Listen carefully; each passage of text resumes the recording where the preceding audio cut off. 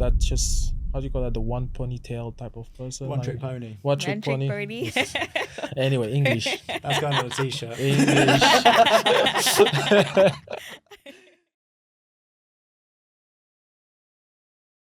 Hello and welcome back to What the Tech Podcast with your host George Veronique And Rene Somba. And today we have a special guest. Very special guest today. Yeah, a special guest because this episode is quite special because we'll be talking about ourselves. Which no one But likes having to do. said that, we're not going to be, we won't be the one asking the questions. Yeah, The special guest will be the MC. Yeah, I'm a bit nervous. Yes, quite nervous I'm a bit about nervous that. about this one. Let's introduce our special guest. Yeah. So we have the pleasure to have this special lady, and she is kind of like, she's in the security space, tech space, cybersecurity and GRC leader. I'm literally reading her LinkedIn. How do you call that? I think it's the like LinkedIn header. The header, yes. So her header on LinkedIn says cybersecurity and GRC leader, risk management specialist, strategic advisor, board member, all the good stuff. Yeah. Champion of women in security, driving business resilience and compliance in AI, cloud, and emerging tech. Wow, that is amazing. I can't wait. She's a gun. That is guns. Many And guns. her name many guns. is Vivienne Mutembwa. Welcome, Vivian. Yes. Hi guys. Hello. Today is all about you guys. It's all about the audience of your podcast, getting to know a little bit more about you. So you are in the hot seat today, but I'll try and keep it cool enough. It's all right. I'm sure Yes. we'll be fine under your capable supervision. No funny business, Rene. No 'cause, funny business, no funny business. Two of us getting left unchecked. Yeah. It's a dangerous game. But Yeah. we'll try and keep it clean, keep it fun, keep it light. Well, we're getting into summer, so we might as well start embracing the heat. Yeah. Well. Yeah. Okay. Let's Yeah. let's get turn, into turn it. up the heat. Let's turn Let's up the get heat. straight into it. So, this podcast has come through as a result of the things that you've been doing behind the scenes. Yeah. And so that obviously speaks to a purpose behind the passion. So starting with you, Rene, what exactly drives your passion for technology and innovation? How did you get on this career journey? That's a very good question, and it's quite an interesting one in terms of the path that even took me to where I'm at. Having started with anything that was not even technology related. I mean, studying maths and statistics, does that mean No, I don't think that class it is does, technology really. yeah, That's it's not. definitely It's not. like- I mean, it's so Now it falls. is, It still maybe. falls under Back in the STEM. day, yeah. Yeah, exactly. Still It definitely falls under STEM. But the pathway from maths into technology, even though it's a straightforward one, it just also means that you don't necessarily need to fall into technology. But having said that, I started my journey wanting to become an actuary. For those who don't know what an actuary is a person that does mathematics for insurance, calculating premiums and calculating risk. But then what ended up happening was I've started to realize that even though we're doing all these beautiful things with data, there's still going to be an element of technology that help to enable bridge the gap, or kind of instead of just focusing too much on the data part, you're actually building tools that is essentially becomes accessible for people and enable them to be able to perform their task. And that was the main thing that kind of along the way also got me excited to get into technology. On a fun side, I think watching movies where you see like hackers, typing Which on one? keyboards. What was the one? Give me I have some. no idea. There's just so many of them. There's one where I saw Which one a sticks guy out? had literally like a gun pointed on his head, and he had to like hack a code to Go get back into to James Bond. Yeah, I some- think it's like Boris, the James Bond. yeah, like- and those are the things that you just see, like the black screen, and then you just see See like all the code coming all up. the code Yeah. coming up. The You Matrix just, as well, yeah, obviously. and Yes. and you just Every get single excited program. about those things. And Yeah. like besides the fact that from a studying perspective, academic and career, that's the direction that I take. But my whole entire life, I was always getting excited, fascinated Yeah. by seeing like literally code. You know, just like you Just press running enter code, and just yeah. start seeing them running on your screen. So the magic That would take happens. me to like another universe. So Yeah, it's- So Yeah. was there like a moment, like as you said, you started with actuarial science and you thought that was going to be your career. Mhm. Was there like a pivotal moment where you said, okay, well, actually, I'm going to take on technology as a career, because there's a lot of commitment when it comes to studying actuarial science. You have to go through all the board certifications, etc. Yep. What is it that made you think, no, I want to leave this behind, I want to switch over? Yeah, that's a very good question. So, the first half of my career was obviously in the insurance space.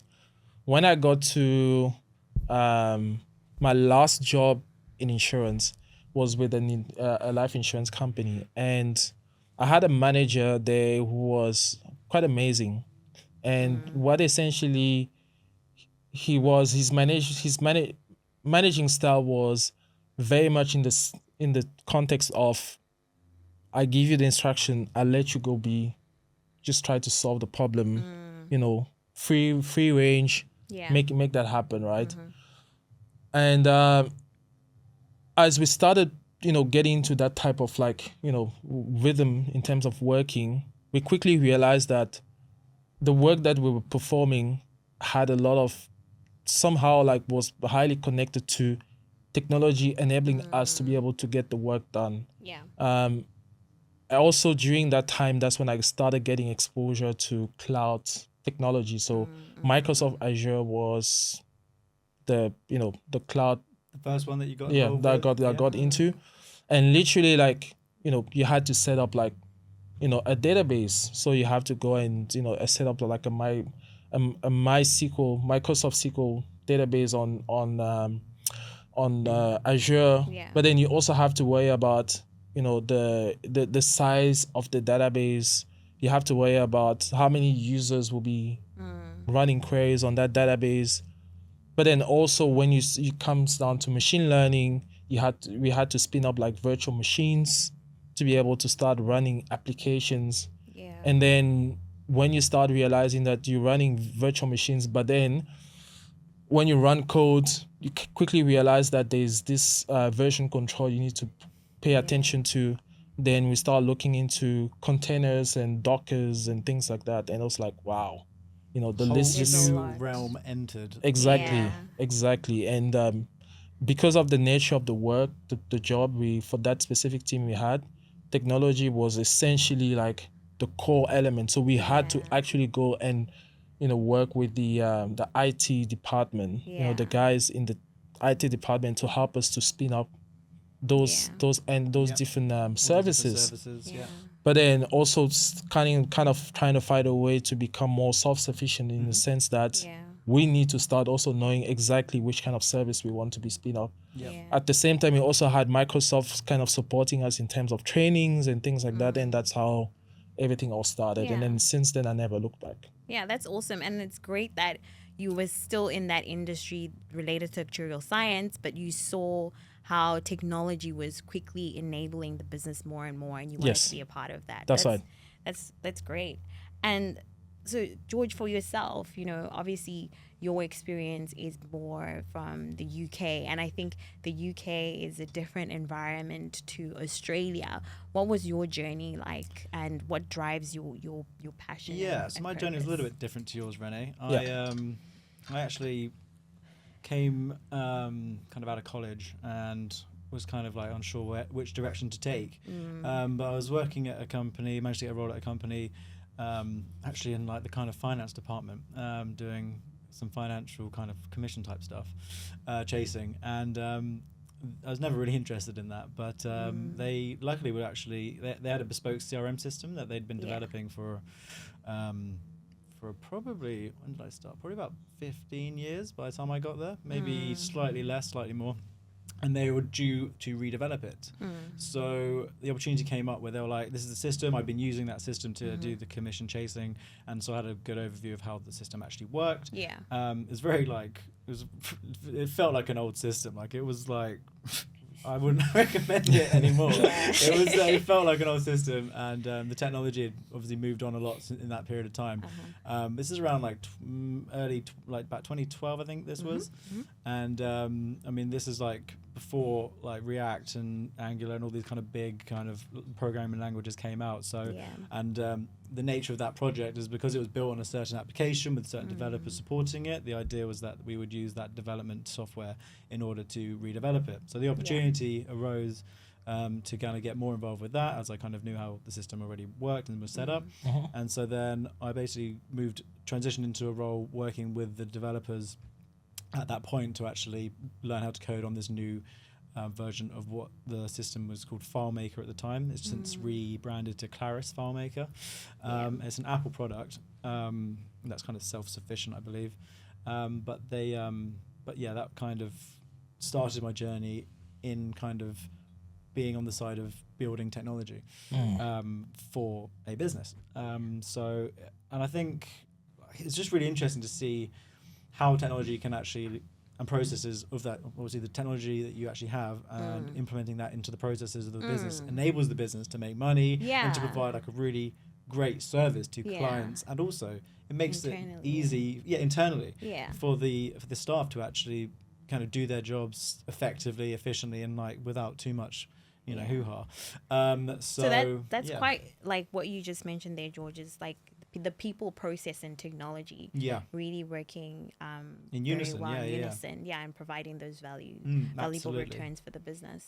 And so we kind of went through this development process, and again, I worked with like an amazing team at the time. There's an outsourced developer team that I would go to and spend time at their offices and learn how to develop using this type of application. And then I come back, we built that application for around I think it took about a year to kind of re-engineer the whole thing, and then obviously go through the QA and get rid of most of the bugs for the MVP to relaunch it, because it was easier because you already had exactly what you needed to what the system already did. It's like transitioning it into a slightly newer way of doing things with the new technology, but again, it's built on the same kind of constructs of the existing platform. So I guess that made it a little bit more a little bit easier. That it wasn't completely like a greenfield development. But at the same time, it kind of gave me the opportunity to work with that team, and also internally across all the different sectors inside that business to really kind of understand the business from a lot more of a lot more in-depth standpoint, and how all the processes work together to actually generate money for the business. So again, it gave me my first kind of it was a big opportunity, really. I mean, I was doing it for like 8 years until 2020. So I learned a lot. Got to work with great people, and as we know, that technology comes on so fast, and so like looking back to where that was 12 years ago to where we're at now, like it's actually crazy. Day and night, crazy. definitely. You just have so many more tools now to actually develop those types of platforms. And like whether you would choose to do a bespoke CRM or use one of the kind of industry grade CRMs these days, off the shelf. Exactly, like it just depends on what the business actually needs. So I learned a lot about project management and deploying services and developing applications for use cases and different sectors within the business as well, not just like sales and marketing, or like kind of HR. Like everyone kind of had an overview of the system, whether it was onboarding people or training people, and different like there was a corporate division, a kind of events division, like load of other divisions that kind of were all kind of connected to that piece of that application. And they all had different needs, and like you said, you had to go in there and have a good understanding of their individual needs in terms of the different areas of the business, and then create something that they could all use and collaborate as well. It never works perfectly for everyone. It doesn't. It's always built with someone in mind, and then everyone else has to kind of like knee jerk it into their processes, and then you're like, we'll get around to fixing that later. Eventually. That's right. And sometimes it never gets there, but that was my first experience of kind of how I got into technology, really, and the development space, and now kind of progressing into how we use the latest and greatest tools and this massive AI kind of boom that we're going through to kind of still solve the problems that people are starting to have, or do you think to think about, because problem. And it's actually one thing I would like to say is that, like, if you had like I had ideas over the past like 10 years about other things I want to do, and like they feel out of reach because like it just takes so long to actually like from an architect's standpoint, you're like, it's just so much work. Whereas like now I think there's a lot more information and these products that actually help you to kind of like quantify and qualify those ideas a lot easier. Faster, and choose the ones that will actually work, that you can take further. Push this, get you to where you need to get to a lot faster. And, iterate quite quickly. Perfect. So I think like obviously that underlines or highlights your passion and your purpose, but no journey has a straight line. The ups and downs. What are some challenges that you faced along the way, and what have they taught you about yourself, and what keeps you going? That's maybe George, you can. That's a spicy one. That's a spicy one. Challenges. Waking up every day. Yes. Hey, that's always your getting out of bed every day and turning up. That's a challenge. But no, at the end of the day, no, it's throughout your career, you're always going to have ups and downs. Like sometimes, the cadence of a project goes like really fast, and you get a lot of value out of being part of that process. And then obviously once you launch, there's a lot more of a iterative process from that point in time. So things slow down a little bit depending on the nature of the business. Some businesses work faster, some work slower. Yeah. It depends on the people around you and the goals of the business. But from a setback standpoint, like in my career, I guess it's just, I think COVID obviously was one of the big ones, because you kind of worked somewhere for a long time, and then obviously COVID came along and destroyed the travel business for like a long period of time, and I decided at that point it was right for me to move on. And then you kind of get left out, and you're like, what do I do now? Like this has been my life for so long. You kind of feel a little bit institutionalized, but at the same time you got to move on, and you got to find new opportunities, and that was probably quite a defining factor of kind of maintaining my desire of still being in the tech space. What I did do during that period of time is actually learn AWS. So I actually enrolled on an AWS course to do my solutions architecture certifications. So I did that for a couple of months, and it's funny because when you're actually like learning all that kind of stuff, other opportunities happen around you as well. Like just being able to talk to other people, like people that are looking for technical people. You can start to have those conversations with those kind of people, and then they provide opportunities in itself. So just by staying hungry and staying connected and open to people around you as well. And like you said, I think during COVID lots of things changed, and so it was just about how much you wanted and how much are you willing to adapt to the new norm. Absolutely. And again, there's so much information and so many things to learn. AWS itself is an absolute monolith.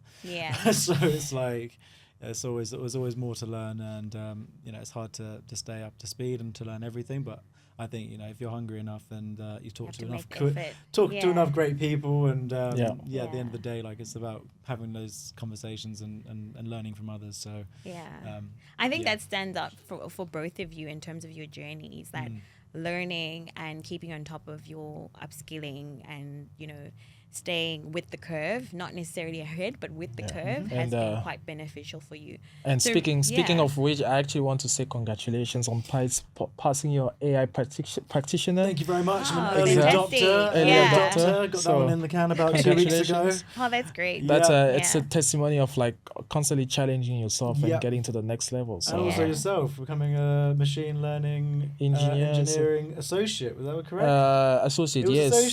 Congratulations. Thank you very much. Yes. Yes. Always upskilling. Always upskilling. Yes. Yeah. Gotta do it. And like you said, the resources are out there, and most of them are free. So it's just about taking the time to actually choose what you want to go for, and going ahead and doing it. Yeah. So Rene, for yourself, what was some of the challenge? What is a challenge that you faced and overcame, and what did it teach you about yourself? Yeah. So I think what's been quite a big challenge for me is, I usually get quite overwhelmed by, the amount of knowledge that's out there, and be able to have kind of being organized, because obviously you can't do everything at the same time. We only have 24 hours. every day, Yeah. and I'm on 18 there's after sleep. yes, and Gotta there's keep a it balanced. there's a lot more to live outside this coding world, but at the same time, like you pick your battles. Yeah. So so that's been a challenge, by being just organizing those 24 hours you have every single day, to be able to, you know, stay on top of your industry, stay fit, mental health, taking care of yourself, and also like, and then when I say mental health, taking care of yourself, that includes also like sleeping and eating well. So Yeah. that's been one challenge. Another thing that now, if we shift a little bit more into the tech space, is it's probably when I first got to Australia, I think was networking. It's a bit hard to, and it seems like it's the same everywhere. Just be able to know the right people, right person, and I've got to meet quite a few nice people along the way who introduced me to other people. Yeah. And hopefully with this podcast, we getting that network, we casting that net to places where we thought we'll never be. So I don't know if we get like a VP from Google saying, hey, I want to be part of the podcast. Yeah, you never that's- know. you Say- never never know. say So- never. Yeah, So yeah. networking was a challenge, Yeah. but They say your network is your net worth. I don't know how far true that is, but I feel like there is some. there's I wonder some if there's a some LinkedIn there's some plugin to check. Yeah. If you got the VP of Google, maybe your net worth's pretty high. yes Yeah. yes But at the same time, I think as you said, with the network over in Australia, I do feel like compared to London, it is a lot. It feels like a lot smaller, a lot more close knit, and it does feel accessible. Yes. A lot more accessible than in London. Just because I feel like everyone here is kind of, it's a smaller microcosm. Yeah. yeah But also, like, everyone is also feels like they have more time here. There's Yeah. it feels like there's more time here, so Yeah. people are more open to Yeah. attending meetups and doing their networking, and it's a lot less. Like I said, I feel like it's been a great experience for me personally. Yeah. Kind of coming over here and meeting people like Rene and Vivian and everyone else that I've met since I've got here at the beginning of February. All these different meetups that I've attended, like technical meetups. Yeah.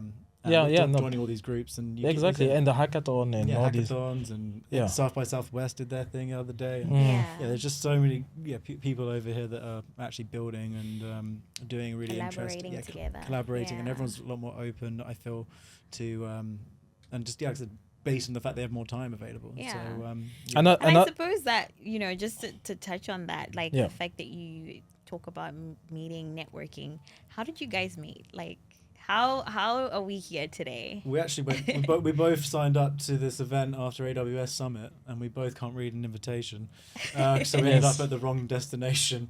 And then wow. I was behind him in the queue. Well, they asked the reception, being like, "Are we? Where's the event?" And they're like, Yeah. "You're in the wrong place." And I was like, "Oh, better follow them." And then I was like, Yeah. I guess I'll walk over there with you guys then." And that's how me and Yeah. Rene And that's met. how we met. Yes, Wow. yes. So that's So it was destined. Destiny. Yeah, Yes, somehow. exactly that. And now here we are. Like 6 months later? I mean, Yeah. AWS Summit was like around May, I think it was. yeah. But I think, I mean, it was a great Yeah, it was summit. May, yeah, it was a it great was May, summit, yeah. and learned a lot, and obviously Yeah. got to meet some good people. And again, it's really interesting, like picking up and leaving London and coming to Australia. To Australia, And yes. I feel yes, like we've been- AWS has kind of been like one of those things that I've always, like, as I said, I'm a solutions architect associate, Yeah. and kind of always been kind of like trying to do more with AWS, Yeah. and then keep up to speed Yeah, with it. yeah, Yeah. Because they do these like national summits, like Yeah. in London. I went to the ones in London a couple of years in a row, and then over here I was like, well, I can't miss out just because Yeah, I'm in exactly. Sydney. You have to continue. No, with it can be everyone in the daunting again, like world. just going by Yeah. yourself. But at the same time, if you're curious enough and you want to do it, you're gonna do it. Yeah. So, Yeah. and then again, you get to meet really good people. You might get lucky and meet someone like Rene.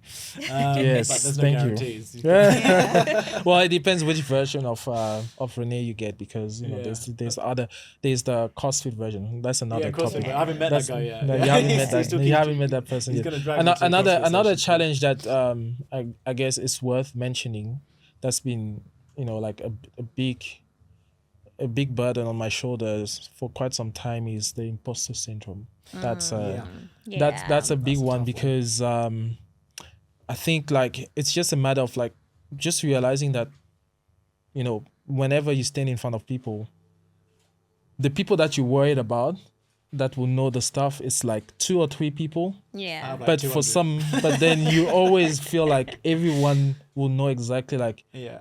this guy, kind of like just yeah. learned about this thing like yesterday, and he's not Yeah. really, he's not knowledgeable about the topic. So But- imposter Yeah. syndrome is something that I think even till these days it's still. I think now it's even worse now, because the amount of new information and the way things progress so fast. Like So fast, yeah. everyone's an imposter at the moment, trying to like get up to speed with Exactly. AI. So and all the new tools that are coming out. Yeah. Like, you can talk to someone and they know a different tool, and you're like, I've not done that, and then they're like, I know a different one. I'm like, great, that's more reading. Yeah. And I just came back to you with the whole thing about like kind of having the space, the mental health thing, where like there's just so much information. Overwhelming. Not Yeah. enough, Not not enough time in the day. Not I'm struggling with that too at the moment. Yeah. Yeah. And so that's I feel like we want. And time goes by so quickly because time you're flies. like, oh, another tool, and you kind of trying to follow what's going on, Yeah. and then you switch off for a moment. And you come back. In your head, you think you switched off for half an hour, but you come back, it's like 4 hours Yeah. later. You're like, oh crap, it's already time to go to bed, or, Oh, or time yeah. to like Yeah, go when to you the start, gym, yeah, or when like when you start doing the time in the evenings and you start going your laptop, and I think my thing is, if I open my laptop anytime past 9 o'clock, there's no way I'm going to bed before midnight. There's a rabbit hole. And then I situation. feel like ill the next day. Yes. So But you just It's have to a- do. I feel like you don't have to do it. You have to be careful. You have to pick your battles. you have to Yeah, pick as your Rene battles, yes, said, yeah. and try and work it out. And obviously, if you're in a position where you've got time in the day, there's so much. Maybe make a list of things that you're interested in, and try and maintain cadence list, on yeah. going through them, or finding YouTube channels that have those kind of the information condensed, or Yeah. or Yeah. So explaining that it in the right way. prioritization. Exactly. That's that. right. That's right. really key. And what's going to give you the most return on investment for your time? Like Yeah. you said, time is very valuable. And I think that goes quite easy into the next question. We talked about networking, we talked about meeting great people, and how sometimes our journeys are not straight line. So who would you say has inspired you in terms of being a mentor for your journey? And what's one of the best lessons, or 1 or 2 of the best lessons that they've taught you that you continue to apply today? Yeah. Maybe George, you can start. So that's a tough one, because I don't want to offend anyone. I mean, Don't- feel free not to name Yeah. names, but They'll know who they are. You know who But you yeah. are. That's all I'm gonna say. That's I all. know. Yes. I learn a lot from everyone. At the end of the day, like people that have been through been in my experience of the tech space. They know who they are, and they've all been, whether it's been my direct reports or people that I'm working with. Like I always foster like a collaborative attitude. Yeah. At the end of the day, I know things they don't know, they know things I don't know, and the idea is that you work together. To a common goal. Yes. And like support each other through that. So yeah, I think I just think like the baseline is that we all want to try and learn something new, or feel like we're growing. And bringing we're valued. Yeah, bringing some value to the party. Yeah. You get imposter syndrome when you don't know something, but like if you really want to know it, you'll just have a few conversations with people that may know the answer, or upskill, or find the information online, and there's always someone that will benefit from your knowledge further down the line. Yeah. And when I do speak to other people nowadays, like at my gym, there's like students and stuff, and at the moment, or we meet them at the meetups and stuff like that, and I'm always like trying to just impart as much kind of general information I can, just to not take life too seriously, and just kind of like learn what you can when you can, and just try and make something. Yeah, so Exactly, paying yeah. it forward already. Yeah, 100%. Like I think, but that's just like the kind of person I am. I want to basically help where I can, and if I can help, then I will, and if I can't, then maybe you can help me. Yeah, Yes. exactly. Yeah. And Rene, for yourself, like, for mentoring, mentors and mentees, like along the way. Yeah, they just, there's a long list of people that you know who you are anyway. Yeah. I'm not gonna mention names, but there's one thing that got literally in my head. It's been with me for quite some time, and especially as I got into more in engineering and building products. One of my manager had mentioned to me once, there's a movie from Kevin Costner. I think I have to check the name. It was in the 90s. And essentially in one of the scene of the movie, Kevin Costner is walking like a field, like crops. And essentially there's a voice that comes to him and says, if you build, they will come. And Yeah. when that person, like that manager, when he mentioned that to me, it's essentially a way to say that it's like in the Bible, like you can only believe when you see it. But sometimes, when it comes to spiritual stuff, you don't need to see it, you just need to believe it. You need to Yeah. know. But you need to believe in the and- world we're yeah. living in, people wants to see before Yeah. before they can believe it. So we have to, if you build, they'll come. And I think Yeah. we're working on something that essentially could become a great tool. But anyway, that's Yeah. for another For episode. another But episode, yeah. but yeah, so from a mentoring perspective, yes. So that stuck with me for quite some time. If you build, they'll come. And somehow I'll always think about it and try to see how we can, and it's even more prominent with these days with AI and all the tools that are coming out to help to build solutions. Yeah. So you just have to put Say- things together, Yeah. Stay curious. Yeah, stay curious and- foolish, and Yeah. it'll happen at the end of the day. yeah. Building yourself is also like building your own knowledge. I think that's Yeah. also like the value is that like as we all know, like they can't take your knowledge. Exactly. They always say, I always hear like they can't take your knowledge and your skills. Yeah. Yeah. And so that's something that you always have to be constantly filling up. Absolutely. Yeah. And now when we're talking about mentorship and mentoring or inspiring others, for yourself, what is one leadership trait that you would like people to know about you, or something that you would like to embody as you go on this journey to be leaders within the industry? Do you want to take that one, Rene? Or Yeah, just I'll take that one. So I did a bit of research when it coming down to like leadership style. I think the one that resonated with me, and I can share the link with you. You can have a look. But the one that resonated with me is the servant-led leadership, because essentially, in a nutshell, it's a person. You lead by example, and you Yeah. dare to provide the support to your team to be able to deliver, and no one is left behind. We're Yeah. all working as a unit. We're all getting the job done, and also the fact that you, as a leader, but you dare to support others and elevate them as they're getting through their own struggle and stuff, to deliver on that specific outcome we're all seeking. So Yeah, it's a good point you made there about this kind of servant mentality. Is that like at the end of the day, like there's a famous quote which is like, hire the right people and get out of their way, because at the end of the day, like they've been brought in because they know what they're doing. Yeah. Yeah. You're Trust empowering- them. You're trusting Yeah. them. It's all about trusting like Yeah. the people you're working with, and you lead by example by like, if there is a problem that maybe no one knows, then you can, basically you should probably have context of a lot of things and be able to provide the right kind of direction for Environment, that to yeah. happen. But also, like living and dying by your decisions at the end of the day. Yeah. I think ownership is a massive thing in leadership. You have to make sure that you own the problem. At the end of the day, like the buck has to stop with someone, and if Yeah. they're in a right. position to make those decisions, then Yeah. at the end of the day, it falls on you to make sure that the team is operating effectively. Yeah.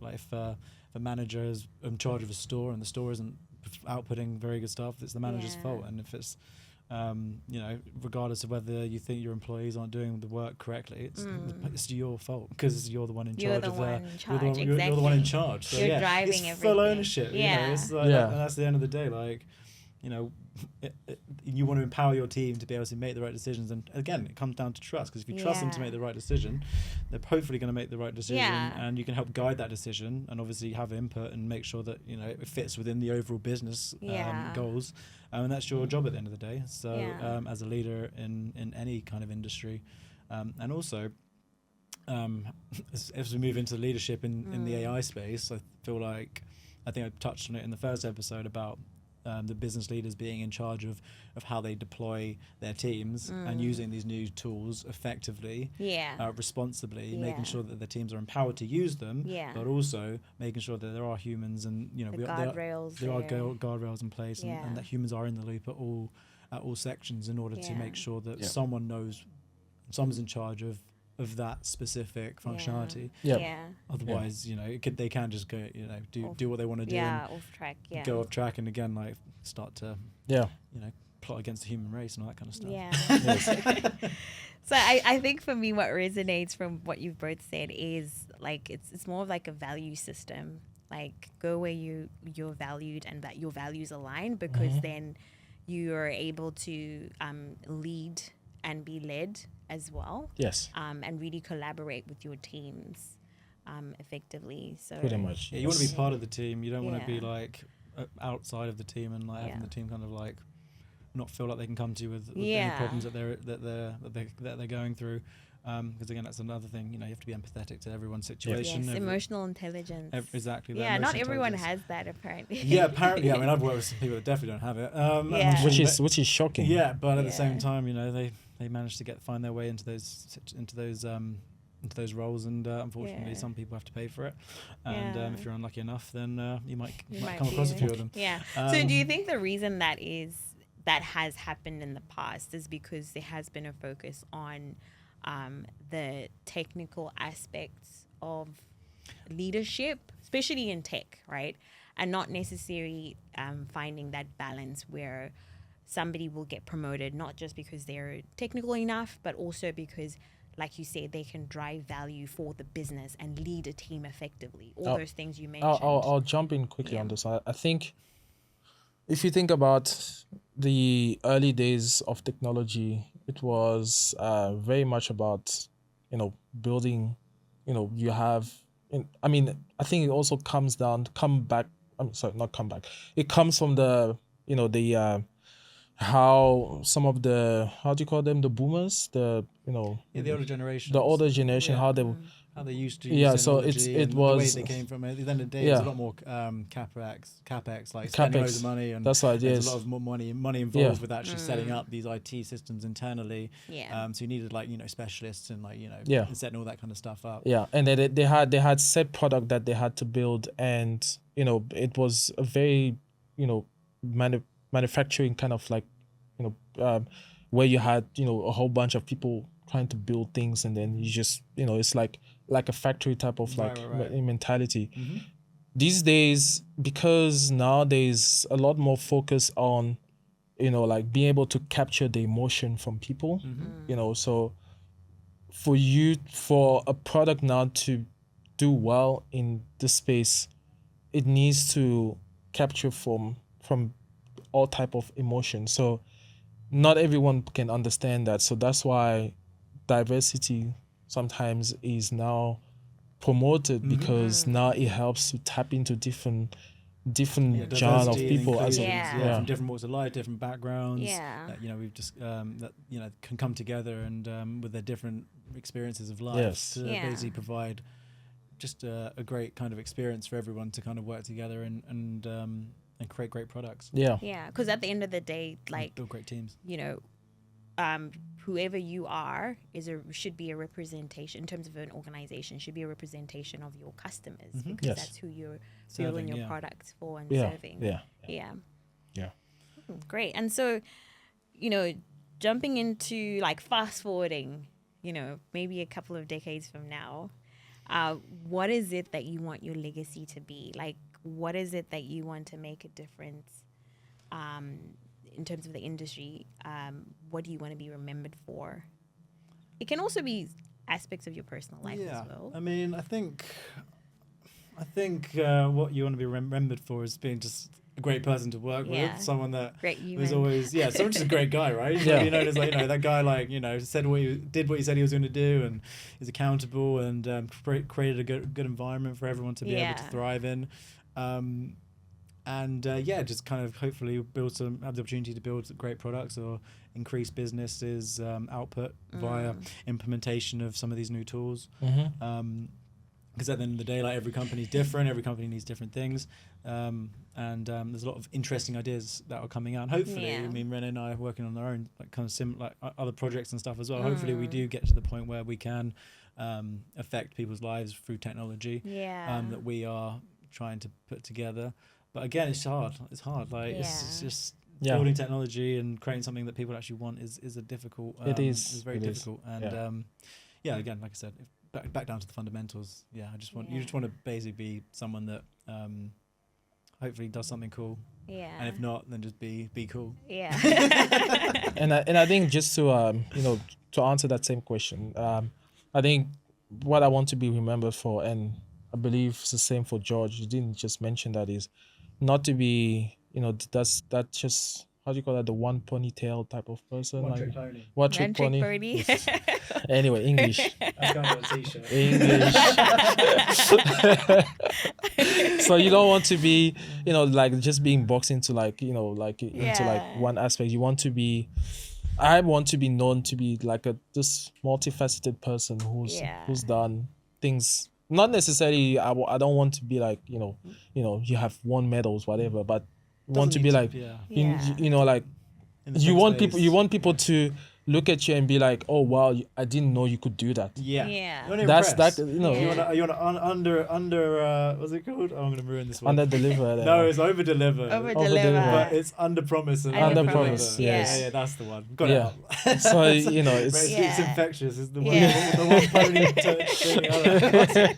that's infectious. Yeah. So that's being multifaceted. Like when people see you, they wouldn't, like, for instance, they wouldn't like athlete, yes, exactly, or like interests. It's not just tech, is it? Do you know? I like to practice my swing. Exactly. As much as I can. I'm still terrible. Like sometimes they have like this stigma about like brown people of color, like when you swim you'll be like they can't swim, and then I just jump in, we drown, and then next thing they see me like Michael Phelps is like taking notes because he sees me swimming like like a dolphin or something like that. It's just like next level. But so at the end of the day, I think what it comes down to is like you can do anything. Like people have like varying array of interests. Whether I think like the core things that Rene and I kind of agree on is fitness, technology, health, and nutrition. So and I think like if you got and again, like it doesn't have to be tech. It could be like other industries like art or design or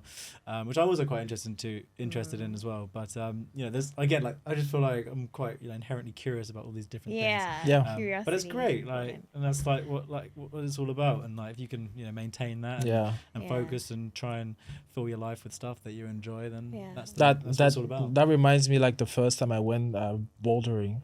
Bouldering? Yes. Wow. So like outdoor bouldering or indoor, not outdoor. I was gonna say indoor. Nice. So that was like something I've never done before, and you just have to go and see how people do stuff and give it a go. So you might love it. And then you never know till you try it. Exactly. And I remember like the first time I did, I got up there and people just say, "Oh, just fall." I was like, "What the hell are you telling? Why are you just gonna? Why are you telling me to just fall? From the top. Yes, just fall. The mat will catch you." I was like, "What the hell? No." And then I started kind of like slowly coming down. I was like, "No, just did you drop off?" And then the guy would just go and lift it up and it just like dropped like a chandelier.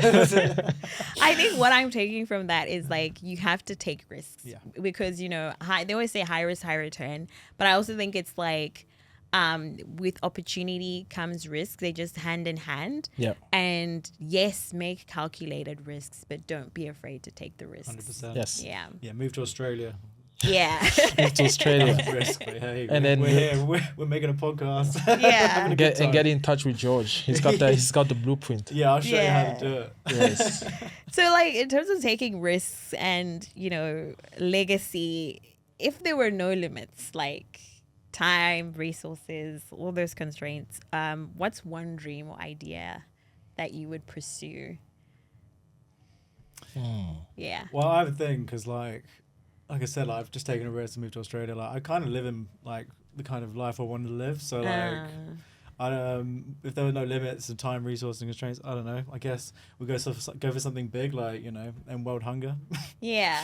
But yeah, I mean, if that's it's a theoretical, question. But at the end of the day, like, it's just spending time with people that you like, Yeah. doing things that you like to do.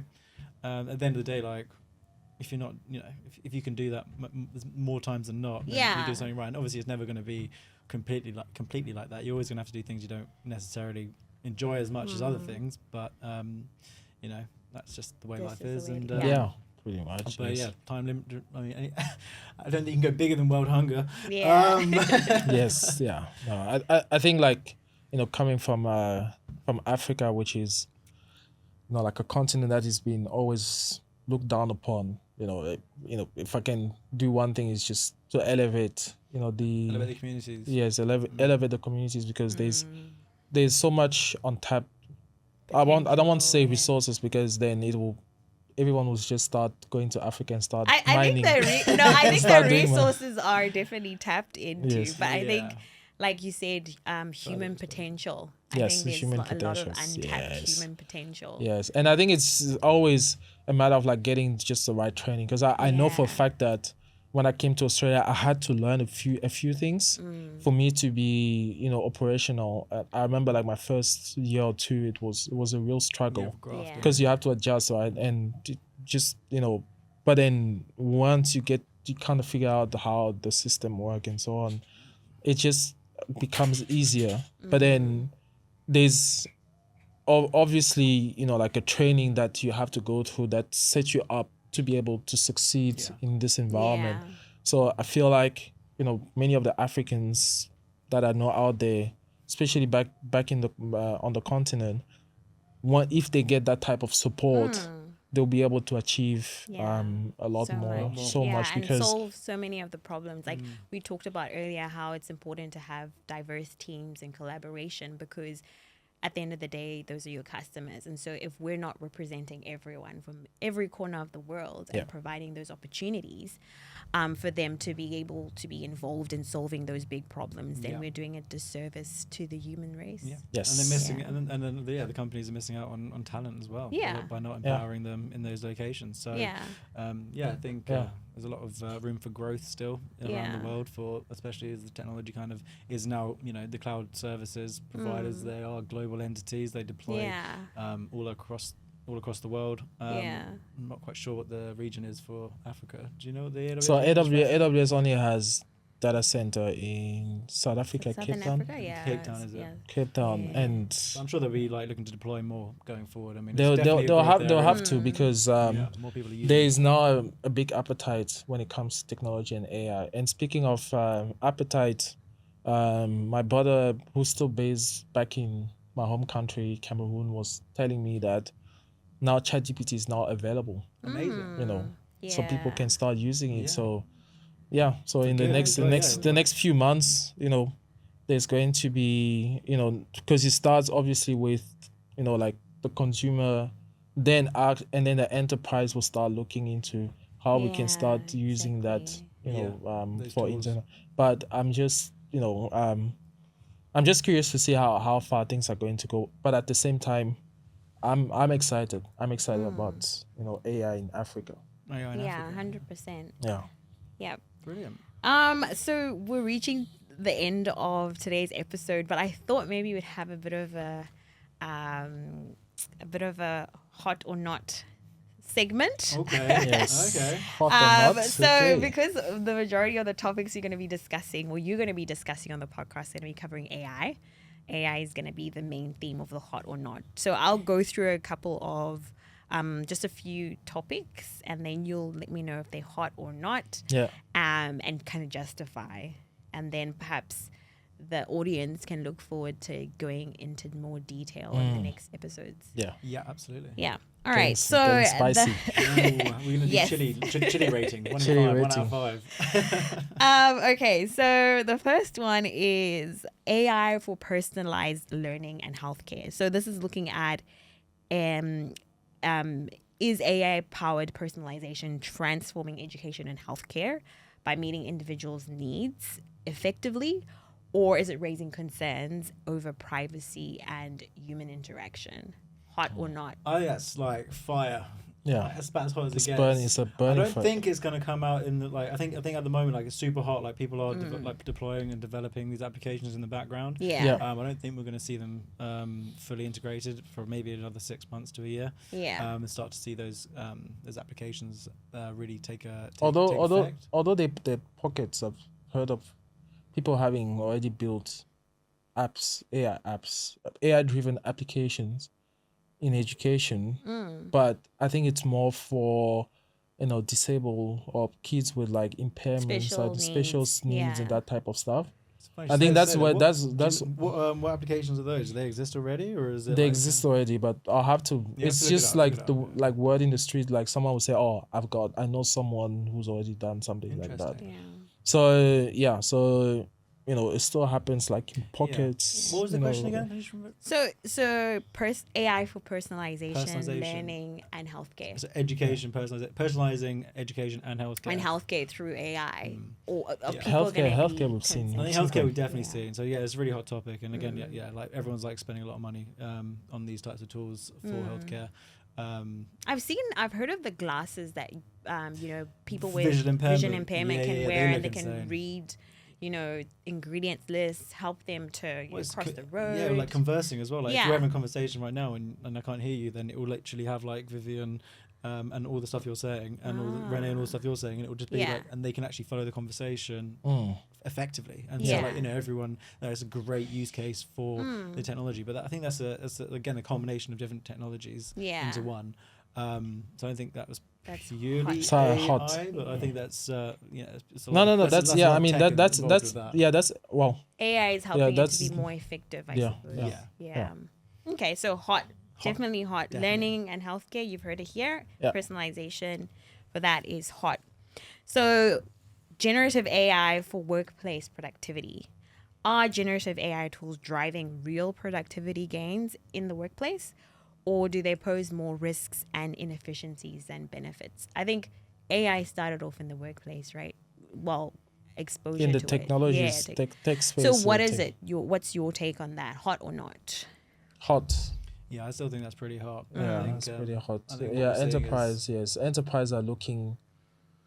At the moment, some of the conversation that I've had, they're looking at ways to actually ideation to MVP, how to shorten that time frame, and obviously I think AI with tools. With Copilot, for example, like now, readily available with Microsoft subscriptions and everything, and those, and everyone using that have really got exposure to that, and they can basically draft emails and basically like help manage your inboxes. I mean, there are other agentic systems that you can set up for automating inboxes with categorization of inboxes and of emails coming in, and basically using those kind of tools that we were kind of discussing to basically effectively cut down all the kind of admin type things that you'd have to do usually, like drafting an email can take a while, but like if you have the context of the whole email, then there's no reason why Copilot can't help you with draft that. They can. It literally drafts you an email, and you can then amend it accordingly. But that obviously that goes another level now,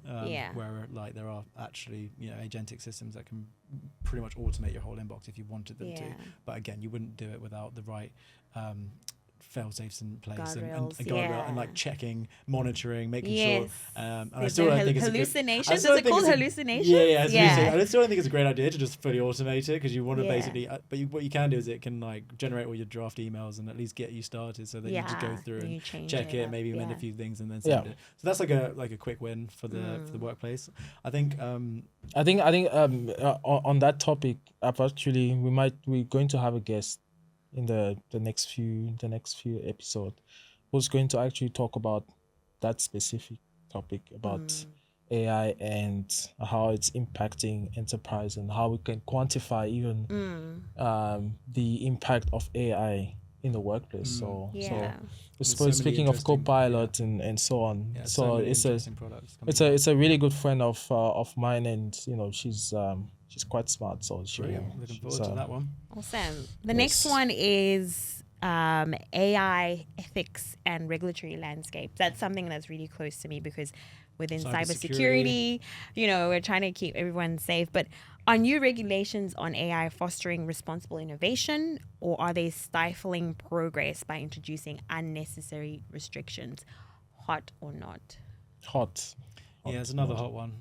I think it also depends on which industry. I think it's difficult because obviously the regulation depends on where you are in the world as well. Yeah. So all the different countries have different regulations. I think there was a bill passed in Yeah. LA recently. I think it was it, actually rejected. yeah. I think So it like was. for instance, in Europe, you know, it's a little bit more harsh to use certain Yeah. AI tools or foundation models. So I know, like for instance, I don't know. I'll have to double check that, but I know like Llama 3.1, so like the latest foundation model from Meta, Yeah. Isn't allowed to be used in was Europe, not allowed to be used in. Is that driven more from like the privacy side of things? So personally data identifiable privacy. information, because I know that obviously with GDPR, that's European Union, that has influenced businesses across the world, and it's not just about if your organization is located in a certain It's also region. about your It's about partners as well. your partners, like so your supply chain and Where that data's your held, operations 100%. across the world. So you can't just be like, oh well, I'm in this part of the world, it's not applicable. Yeah. Because you touch customers around the world, you interact with suppliers around the world. So do you think that's effectively what's happening? With regulations, Yeah. So with regulations, I think they're always ever changing and ever present. So I think it's hard to keep up with those with everything that's going on. But again, I think what is happening is that there are regulations coming out on the AI space. Yeah. How data is used, how models are trained, how people are using those tools and putting the guardrails in place in order to stop people from doing things that they shouldn't be doing. Yeah. Again, it's so difficult though because the nature of the beast is that, like, you know, if you prompt it correctly, you're going to get what you want out of it. Yeah. And so it's just I'm not quite sure. It's a really tough one to kind of come into because personally I'm not 100% sure where it's going to go from a regulation standpoint. Like, it's too early to tell. In terms of stifling innovation, I think at the moment it's the Wild West again. So just do what you want, like, without doing anything too, like, don't do anything bad, but but it's like free roam. Like, use the applications available to you if they are available in your locations. In order to try and bring your ideas to life. And until they come up with regulation to stop you, I just think, like, go for it. Like, it's up to them to stop you, right? It's not up to you to try and work out where it's going to go. And if it does stop you, then you have to and like path. you said, you don't know where AI is going to take us because it's just changes every day. Yeah, so new, everything, new products and new. I mean, you've seen some crazy stuff online recently, like on some videos from kids from Stanford, like building, like, again with the Meta glasses, where they can like literally facially detect you and I drag saw all that. the information up from all of these other like siloed information stores. Yeah. And like basically puts it all into an app on your phone, so you literally know who everyone is. That's dangerous technology. Yeah, I don't think. I don't think that would pass. At least they said the code isn't available. Right. Yeah, but still, if somebody wants to get to it, they can. It just shows that it can be done. So someone's probably going to do it. And if it falls into the wrong hands, as you say, like, great power comes great responsibility. Exactly. And, so be able to track. Maybe it's better if they are deployed in certain ways, they can be tracked. These actual applications can be tracked. Yeah. The code bases can be tracked, or like there are certain pieces of code or like libraries that are put together where they can be, like, tracked and maybe made confidential or stopped from. So that's kind of regulation think, that might be and I think that's the whole, like, intersection of data, AI, and cybersecurity. I think the intersection is growing bigger and bigger, and somehow I think maybe in the future there'll be such a significant overlap. It's no longer a Venn diagram. Well, it should just be like, everything should just be secure. But they're just, again, the regulations to determine what is determined as secure. I think regulation just needs to become a bit more proactive, because they've been very reactive traditionally, and then obviously with time and with the advancement of technology and so on, there's definitely a need to become very proactive. But I think the challenge, I've seen in my career, getting exposed to technology before the wave of AI, is that as much as they want to be proactive, they can only understand something after it's been in existence. And the people creating the regulations and the laws are not practitioners, so they don't have that in-depth understanding. They're also not privy to the things that people are doing with the Yes. technology. It's only until you see it in action Yeah. that you're like, oh, that's bad. Yeah, perhaps Let's we stop need it. that Yeah. happening. And then Exactly. exactly. It kind of comes back to, being reactive to those Yeah. situations. Yeah. So I think it should be a collaborative effort. Like it should be a scenario where organizations are working with the regulators. Well, maybe you just Together, need to have like an internal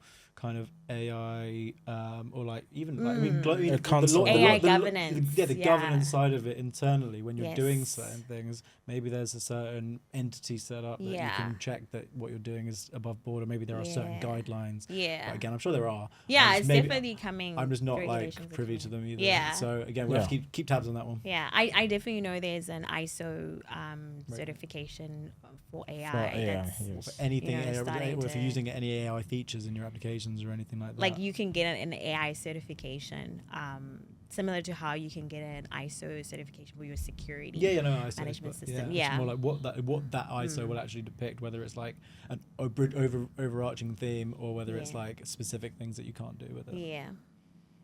And then the last one, I think, George, actually both of you, it's quite relevant for both of you. AI in creative industries and originality. So is AI a genuine tool for enhancing creativity and originality, or does it undermine the authenticity and value of human-driven art and content? Yeah. Well, Hot I or mean, not? it's it's very hard at the It's end of the very day. Like all of hard. I mean, we had the whole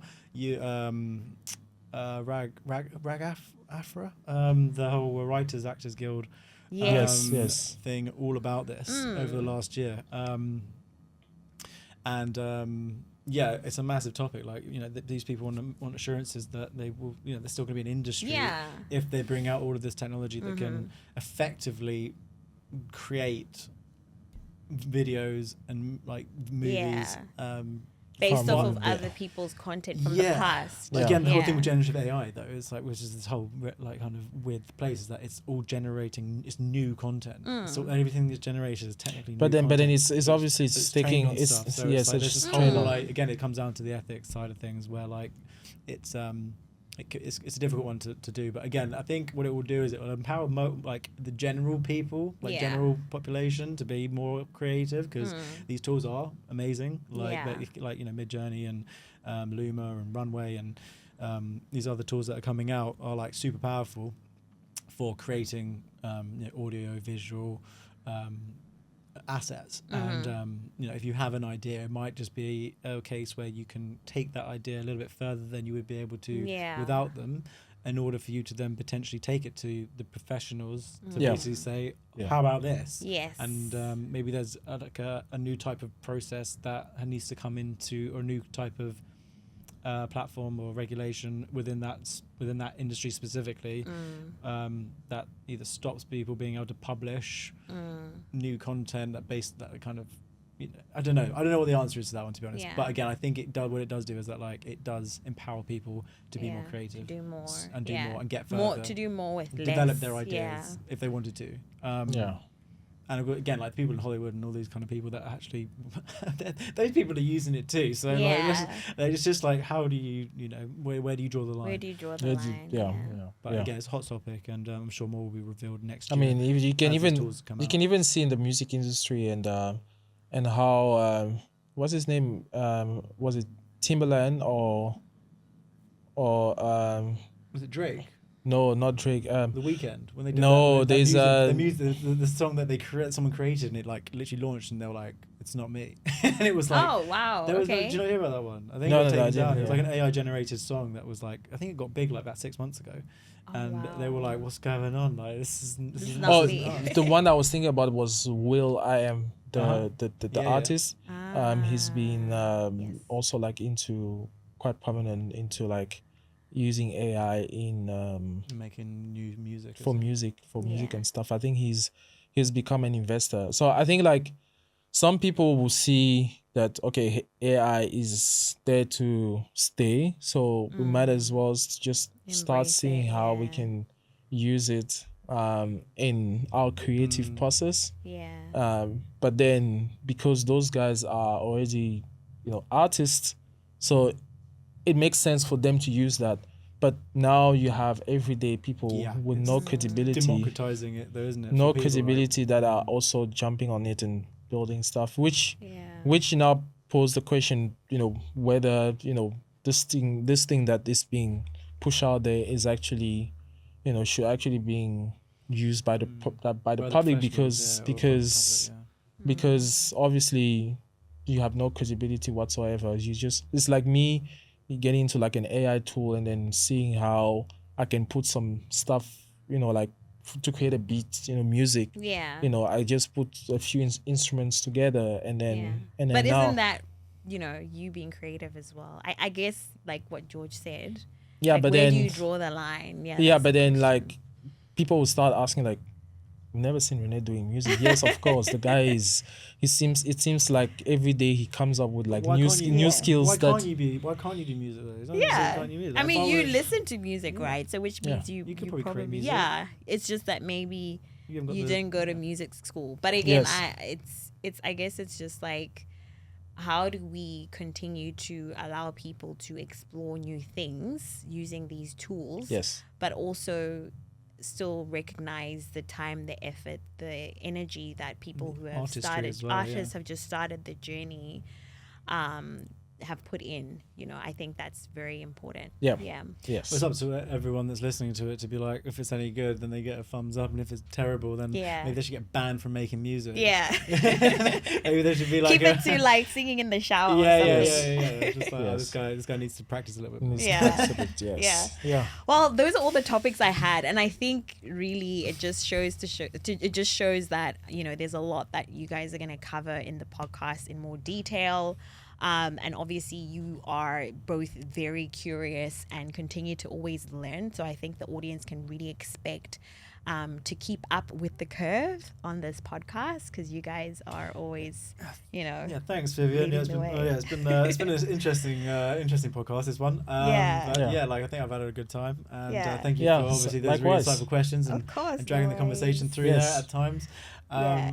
And like obviously there's a lot more to cover as we progress. Yeah. And hopefully we'll have you back for some more Yeah. interesting conversation when we get to like cybersecurity and how Terminator's turning up soon. Yeah, Yeah. definitely. It was a pleasure. Yeah, Thank and you. I think because we had so much fun, time flew by, and this is probably going to be one of the longest episodes. We'll see with the guests we're going to have in the future, but Yeah. this Yeah. one was actually quite entertaining. So hopefully the audience also will enjoy this conversation. Yeah. And just to tie it up with obviously the next episode, I think we've got I think we're going to do AI in recruitment with Patrick Choi.